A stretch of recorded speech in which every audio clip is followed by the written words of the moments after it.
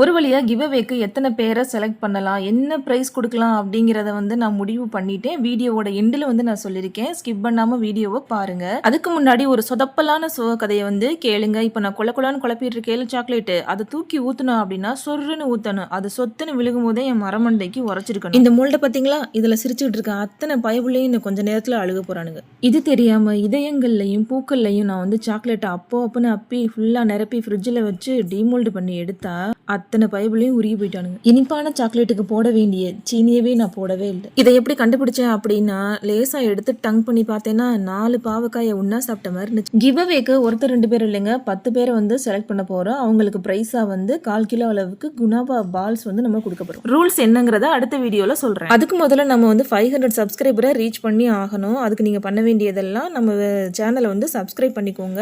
உங்களுக்கும் brownies and kunafa chocolates எல்லாம் வேணும் அப்படின்னா ஸ்க்ரீனில் தெரியுற நம்பருக்கு வாட்ஸ்அப் பண்ணுங்க.